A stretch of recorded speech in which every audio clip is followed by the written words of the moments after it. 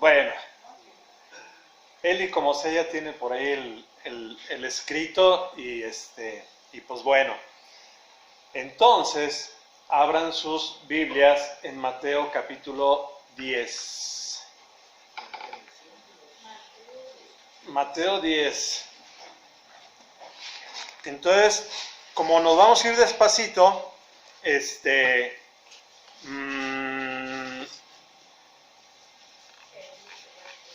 casi que no vamos a leer tanto, pero sí vamos a leer, pero no vamos a leer. Entonces, el versículo número 1 dice, entonces, llamando, ¿sí? Y aquí la pregunta sería, ¿nosotros también somos llamados? ¿Nos está llamando también a nosotros? Y dice, llamando a sus 12 discípulos, pregunta, ¿qué es ser discípulo? ¿Qué incluye ser discípulo? Seguidor de Jesús. Pues seguir las enseñanzas del maestro. Ok. Independientemente de si Jesús o no, pues el discípulo es aquel que sigue las enseñanzas de su maestro, quiere ser como el maestro. Ok, entonces un alumno. Un discípulo viene siendo un alumno, ¿va?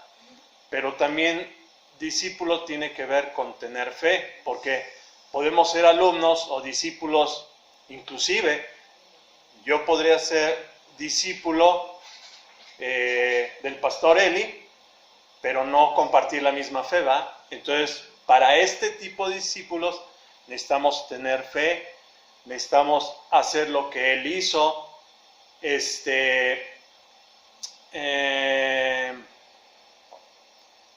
y bueno, pues finalmente la palabra tiene que ver con discípulo, con alumno.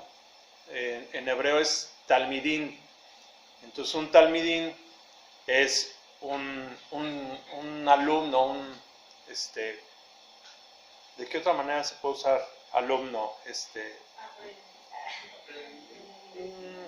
Más o menos. Pero la idea es esa, ¿no? Entonces la pregunta es, ¿aquí de nosotros entramos como discípulos? ¿Somos alumnos de Él? ¿Somos seguidores de Él? ¿Estamos en la misma fe? ¿Hacemos lo que Él hizo? Bueno, pues vamos a seguir viendo. Pues si yo tengo que ya. ¿Mandé? Ya voy dejando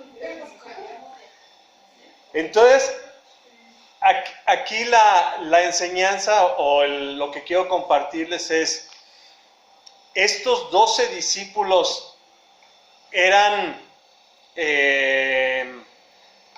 digamos que el mejor equipo que ha habido en la historia del planeta. No, ¿quién dice que sí? Porque por esos 12 discípulos tenemos el Evangelio hoy, porque... O sea, humanamente hablando no, pero por la selección sí. Ok. Fue lo mejor que encontró Jesús. Ok, tú ibas a decir algo, Eli. No, te estaba confirmando la pregunta, que si eran los mejores. A lo ha de formar el equipo de 12, ¿eran los mejores candidatos? Ajá. ¿Nos hace diferentes a nosotros? Yo creo que al escoger Jesús a ellos, escogía como a dos hombres comunes, corrientes, para mostrar su poder, su transformación, ¿no? Y pues son igual que cualquiera de nosotros. Ok, son tan humanos como cualquiera, ¿va? Entonces, el siguiente versículo dice, entonces llamando a sus 12 discípulos, les dio autoridad sobre los espíritus inmundos para que los echasen fuera y para sanar toda enfermedad y toda dolencia. Entonces, la pregunta es, ¿estamos nosotros tenemos esa misma autoridad que le está dando a ellos, y entonces ¿por qué no la hacemos? Entonces sería la pregunta, ¿por qué no hacemos lo que aquí nos está llamando a hacer? Sanar toda enfermedad, toda dolencia, que los espíritus inmundos que los echen afuera. Porque todavía no nos aprendemos los 12, Todavía no nos aprendemos los 12 discípulos. Por nuestra incredulidad. Y ese es el meollo del asunto. O sea, ellos eran tan chafas como cualquier ser humano, y acá lo podemos constatar. Ellos no fueron los mejores líderes de la historia. Los 3 principales no destacaron en un principio. 8 de ellos no sabemos nada de lo que hicieron. Por ejemplo, Tomás dijo que hasta no ver, no creer, en Juan 20:24. Juan y Jacob, su mamá les pidió hueso para ellos, ¿no? En Marcos 10:37 le dice, bueno, pues cuando te mueras, hay que mis hijos estén de un lado derecho y el otro del lado izquierdo, o sea, y se enojan los otros discípulos porque quieren su hueso, ¿va? Pedro, el más conocido, ahorita Anita es el más conocido, pues lo negó 3 veces, ¿va? Y era bien arrebatado también, quiso caminar en el agua por pues sí, por ser arrebatado, y pues se hundió, y así era, ¿no? Entonces, pues vemos que ninguno de ellos era, pues ahora sí que lo máximo, ¿no? Entonces,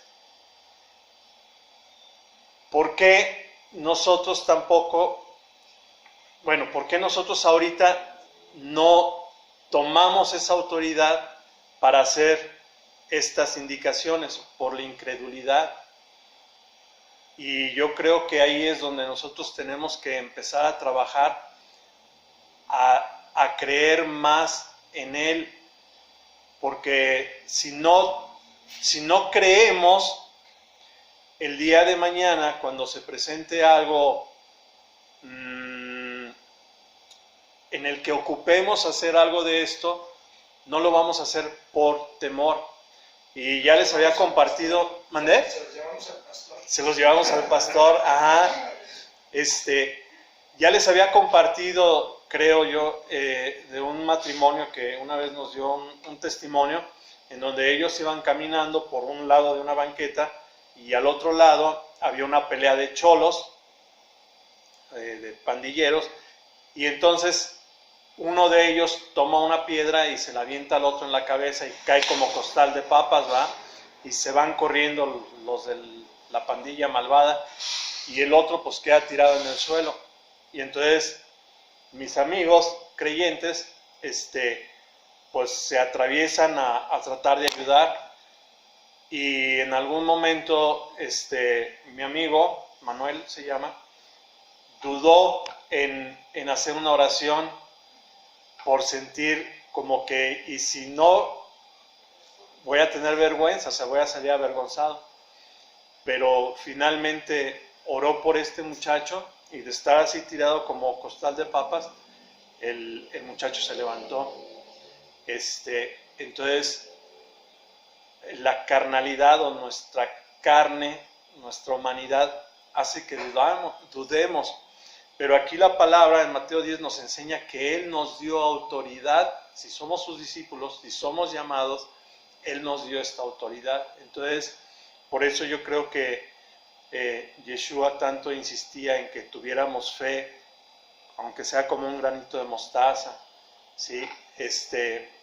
Ustedes pidan y se les dará. O sea, todo lo que tiene que ver con nuestra fe tiene que ver con que creamos en lo que Él puede hacer, no por nosotros mismos, que ese es el problema luego de estos,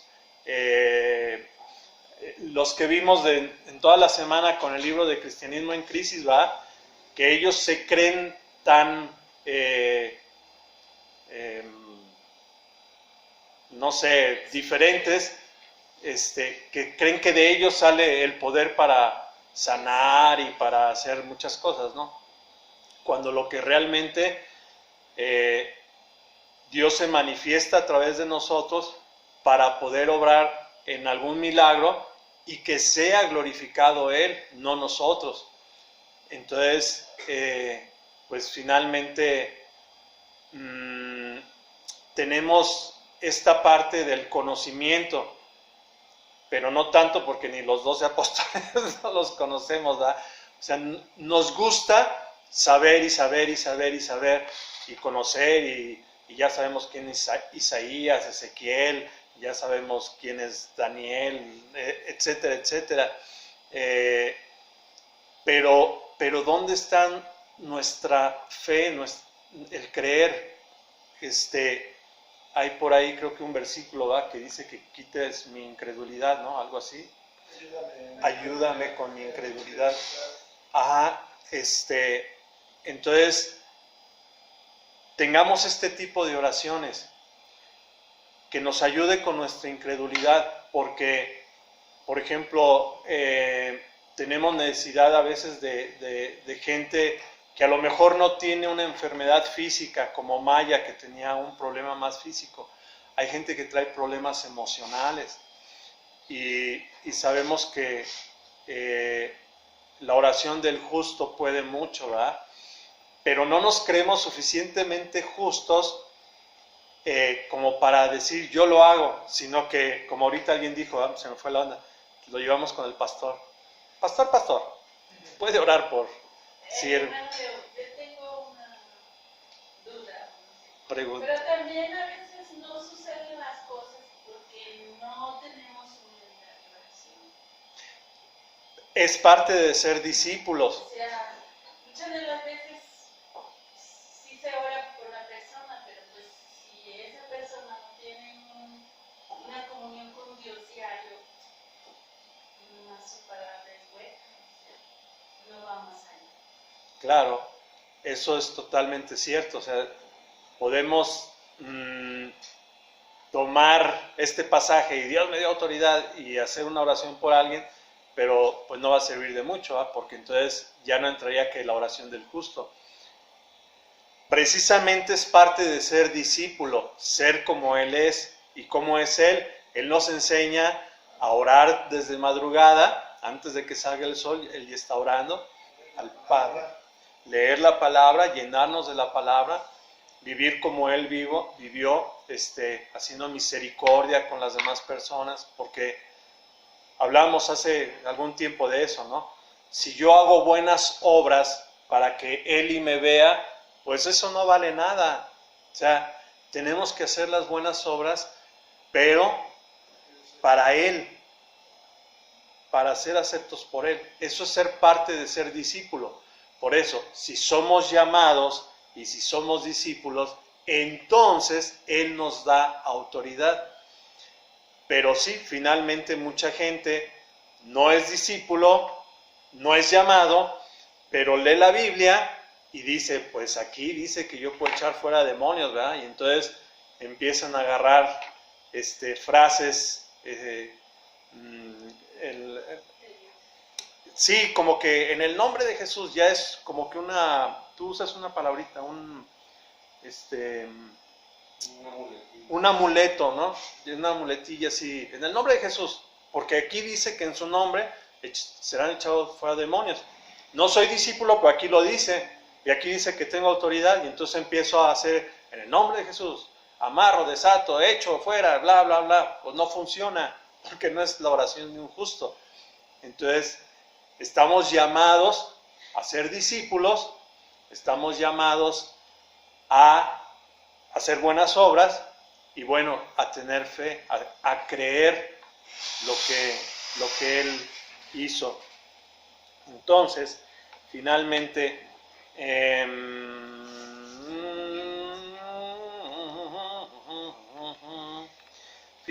ya vimos que somos tan humanos como los 12 discípulos, ¿va? De Andrés creo que no sabemos nada. Sí, él fue el canal por el cual llegó Pedro a Sí, por ejemplo, Andrés, hijo de Jonás y hermano de Pedro, fue el primer apóstol de Jesús. Santiago el mayor, otra pregunta que hay por ahí. Aquí tenemos a Santiago el mayor, era hijo de Zebedeo y Salomé, hermano del apóstol Juan. Juan, el discípulo amado, hijo de Zebedeo y Salomé y hermano del apóstol Santiago. Felipe es quien le anuncia a Natanael que habían encontrado al Mesías. Bartolomé, conocido también como Natanael, se hizo apóstol de Jesús gracias a la intervención de su amigo Felipe. Tomás no es un nombre, es un apodo que significa el mellizo, era un gemelo, entonces era Tomás el gemelo, el mellizo. Y suele ser recordado por su incredulidad, ya lo habíamos platicado. Mateo era conocido también como Leví, era totalmente hebreo, llamado publicano y trabajaba para recaudar impuestos. Por eso los hebreos no lo querían, porque era un hebreo trabajando para los romanos, el famoso Leví. Tadeo aparece tildado con el nombre de Levaús en Mateo. Bueno, ahorita hay otra palabrita por ahí. Tadeo quiere decir valiente para proclamar su fe. También es conocido como Judas. Luego, Había dos Judas. Judas Iscariote. Iscariote no es un apellido. Judas Iscariote viene de la palabra Ish de Criot, que significa el hombre de Keriot. Él manejaba las finanzas del grupo. Y luego tenemos a Simón el Celote, llamado cananista. Y bueno, pues él era un rebelde de los cananeos, ¿va? Si leemos un poquito la historia, los celotes eran revolucionarios. Entonces aquí dice, el cananeo o el celote era un partido muy radical en esa época, era como un partido terrorista, como un partido que se oponía tanto al gobierno romano. Eran gente muy agresiva, era gente que odiaba a los extranjeros. Y entonces la pregunta o la reflexión, ¿podemos imaginarnos a este grupo de 12 orando juntos, acompañando a Yeshua a todas partes? Y uno de ellos, bueno, pues era Mateo, ya lo habíamos dicho, el publicano, el cobrador de impuestos. El otro era un celote, también era un terrorista, los celotes, pero aquí no ven dónde entra el celote. Bueno, pues acá en el mismo, el celote, ¿va? El cananeo. Está repitiendo, un terrorista radical que odiaba a los romanos. O sea, se imaginan uno que trabajaba, un hebreo que trabajaba para los romanos y un celote terrorista que odiaba a los romanos. Entonces, ¿ustedes imaginan una plática entre Mateo y Simón el cananista? Pues como que está raro, ¿va? Porque viniendo de un contexto tan diferente fue posible que estuvieran en unidad. La razón es porque había algo más grande que les unía, su llamado a ser discípulos de Yeshua. Era más grande que todas las diferencias que ellos pudieran tener. De manera que es obvio que a partir de que comenzaron a seguir a Yeshua, comenzaron a seguir su ejemplo, o sea, se hicieron discípulos. Sin embargo, por más que tú trates de cambiar tu manera de pensar, muchas veces lo que viviste antes deja ciertos rastros, cierta influencia. Algo así les decía yo el otro día, ¿no? Si fuimos abogados, pues vamos a seguir teniendo esta secuela de abogado. Si fuimos, no sé, traemos las secuelas de nuestra vida anterior, ¿verdad? O sea, esa influencia la vamos a seguir arrastrando. Lo anterior nos enseña a tener paciencia con la convivencia de una comunidad o congregación, ya sea que todos venimos de contextos muy diferentes. Aquí lo interesante de Arcoíris es que cada uno de nosotros venimos de contextos diferentes. Aunque Marquito y Suriel se reúnen en el mismo lugar, Ana y Claudia se reúnen en el mismo lugar, pues de todos modos entre todos, pues venimos de contextos diferentes, ¿va? Pero hay alguien que es mucho más grande que nosotros y es quien busca que seamos ser uno. No quiere decir que seamos como clones los unos de los otros, sino que quiere decir que nos amemos los unos a los otros. Quiere decir que le demos la honra al otro como si fuera superior a nosotros mismos. Lo dice Yeshua, ¿va? El que quiera ser más grande, pues que se haga el menor. Y el pegamento de todo esto va a ser la humildad, el considerar al otro como superior a ti mismo. Y bueno, pues repite aquí, si analizamos el currículum de los discípulos, vemos que era gente común, no era gente religiosa, ni preparada, ni gente instruida. Dentro de la religión tradicional era gente muy común y muy corriente. Y estos 12, nada menos que los eligió como jueces. Bueno, aquí ya es otra cosa, pero ya le paramos ahí. Entonces, este es el currículum de los 12. Aquí lo que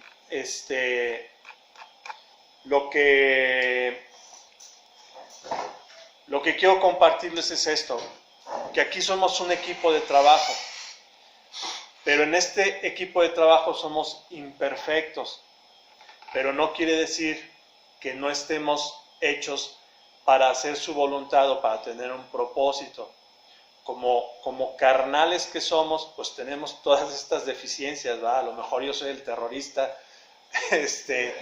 ¿va? Pero finalmente, juntos, en Él, hacemos una unidad.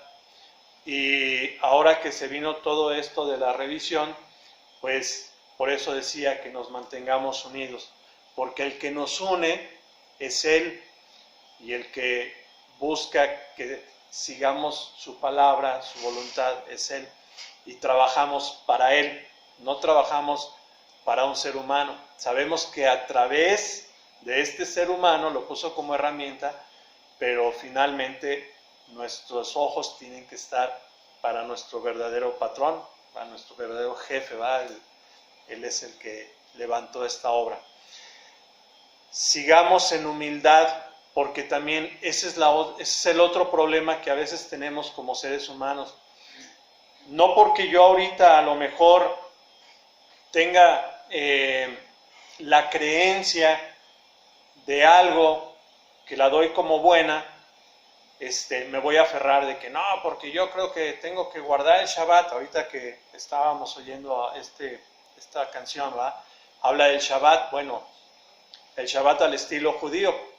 Las mujeres prenden las velas, se tapan el rostro, eso es tradición judía. Pero yo digo, bueno, pues si la palabra dice que lo guardemos, yo ahorita digo, lo tengo que guardar, ¿no? Si yo me mantengo en esta dureza, no voy a tener la humildad para conocer nuevas cosas. Entonces, es en donde también tenemos que tener humildad para hacer, ahora sí, como barro en sus manos, quitar las piedritas, y permitir que Él nos siga instruyendo y ser unos verdaderos discípulos, para que tomemos esta autoridad y ahora sí podamos sanar enfermos y podamos hacer las cosas que Él hizo. Sí, a grosso modo, eso sería la reflexión de este día. Comentarios, ¿a quién le fue bien con su examen, con los 12?